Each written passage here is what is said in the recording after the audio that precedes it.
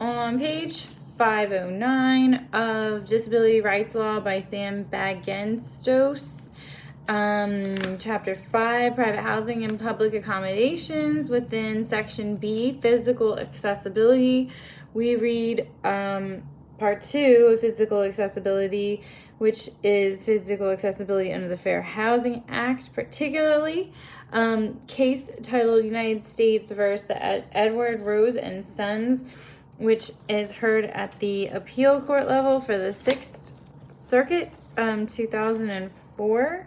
It's the date of the decision. And Seiler, circuit judge, provides the summary. This housing discrimination case turns on what doors must be accessible to handicap. And at issue are 2 sets of apartment complexes designed with an inaccessible front door but an accessible back patio door. The district court granted the U.S. Justice Department government a preliminary injunction halting the construction of occupancy of the buildings. The main defendant, the builder and owner, Edward Rose and Sons Rose, appeals, arguing that the court erred, 1, by misconstruing the requirements of the Fair Housing Act, and 2, by incorrectly weighing the relative preliminary injunction interests and harms. We affirm the district court's grant of the preliminary injunction.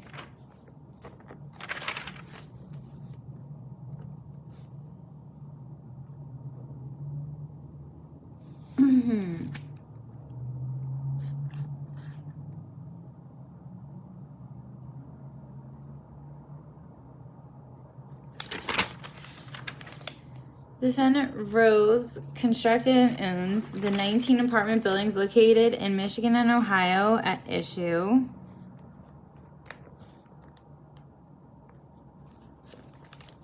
These buildings are at various stages of construction, but all of the same basic design. The ground floor apartments at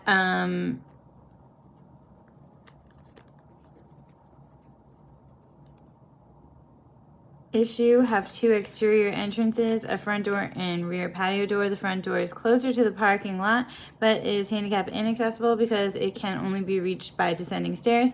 At the bottom of the stairs is a landing shared by 2 front doors leading into 2 different apartments. The rear patio entrance is accessible but is located further from the parking lot.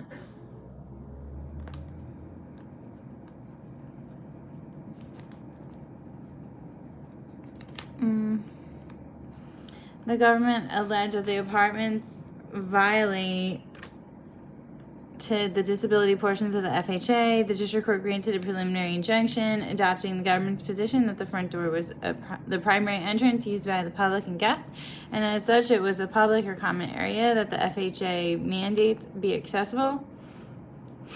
And the rule is in the United States Code, Title 42, Section 3604. In reaching this conclusion, the court relied on HUD regulation guidelines and design manual. The preliminary injunction halts construction on the covered dwellings and restrains the defendants from occupying covered dwellings, not yet leased. In this case, covered dwellings means simply the ground floor. Stating if building has no elevator, only the ground floor is covered dwelling, subject to the FHA and Rose appeals. So, here's kind of like the body of law and guidance used to support the district court's decision. And the basic question of the litigant is whether the space outside the front door is a public or common use area that must be handicap accessible. We are the First Circuit to consider the issue. The statute reads, and this is again from Title 42 of the United States Code, Section 3604 F3, emphasis added, starting at C, F3C. In connection with the design and construction of covered multifamily dwellings for first occupancy after the date that is 30 months after September 13th of 1988, a failure to design and construct those dwellings in such a manner that Romanet 1. The public use and common use portions of such dwellings are readily accessible to and usable by handicapped persons.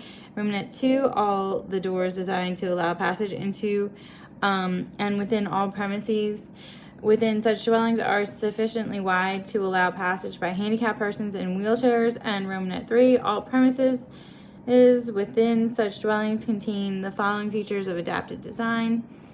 Ruminant I capitalized, an accessible route into and through the dwelling. Ruminant 2 capitalized. 3 and 4 talk about light switches, electrical outlets, thermostats, and other environmental controls in accessible locations, reinforcements in bathroom walls to allow later installation of grab bars, and usable kitchens and bathrooms such that an individual in a wheelchair can maneuver about the space. And the government asserts that because the landing at the bottom of the stairs is a common area, mandates that the landing must be accessible.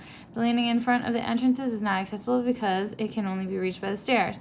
The government argues that this entrance is the primary door because it is the front and closest to the parking lot. As such, it is the entrance most visitors will use, and thus the space or landing in front of the door is a public or common area. So they think it's a primary door because, and therefore, it's a common area.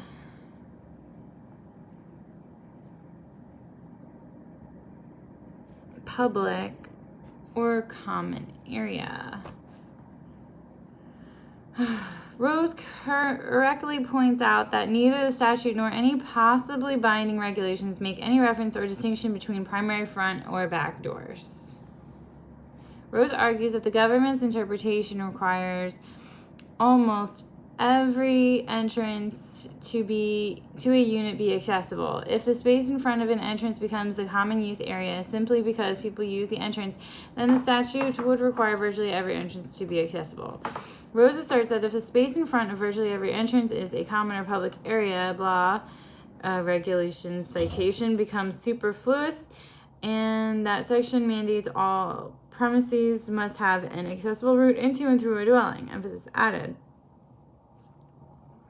Rose contends that the indefinite article "an" in parentheses indicates that the statute only requires one accessible route into each unit. As such, the space in front of every door to a private unit cannot be a common area, or all doors would have to be accessible, and there would be no need for the section to separately mandate an accessible route into the unit. Moreover, even if there were such a thing as a single primary entrance, those whose anterior space must be accessible as a common area, there would still be no need for the section to redundantly mandate an accessible route.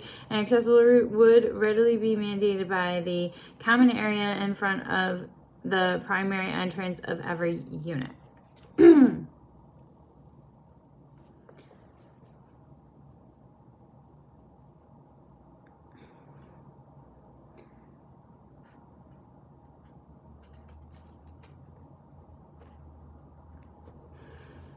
We find that in this particular issue,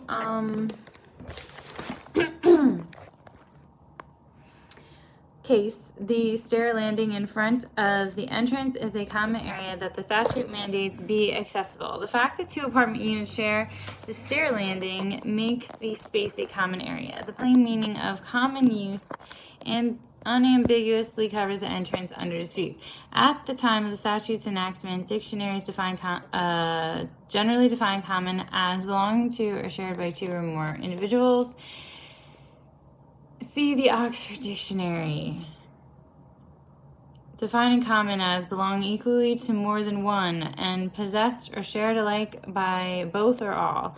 Webster's has defined as held, enjoyed, experienced, or participated in equally by a number of individuals, possessed or manifest by one or more individual. And another dictionary defines as pertaining to, connected with, or participated in by two or more persons or things, joint. Here, the stair landing belongs to and is shared by 2 apartments, exists for their common use. This is horrible. Okay, our ruling is 0. We simply hold in this case that because the 2 apartments share the stair landing qualifies as a common area that must be accessible. We express no opinion on what the FHA would require if the stairs only led to 1 apartment unit entrance and decline to delve into parties' primary entrance arguments because we find them unnecessary for the resolution of this case. Assuming arguendo that, as Rose submits, not every entrance constitutes a common area because otherwise that section's mandate that all premises have an accessible route is superfluous, we still would find that the shared landing is a common area. Section 3604 F3C Romanet 3I would not be superfluous because the section would ensure that apartment units that share no entrance with another apartment unit would still have an accessible entrance. The stair landing shared by 2 apartments qualifies as a common area that the FHA mandates be handicap accessible. This strong finding of a likelihood of success on the merits, coupled with the public's interest in eradicating housing discrimination, overcomes any weakness in the irreparable injury and harm to other factors. In the case, the district court's decision is upheld.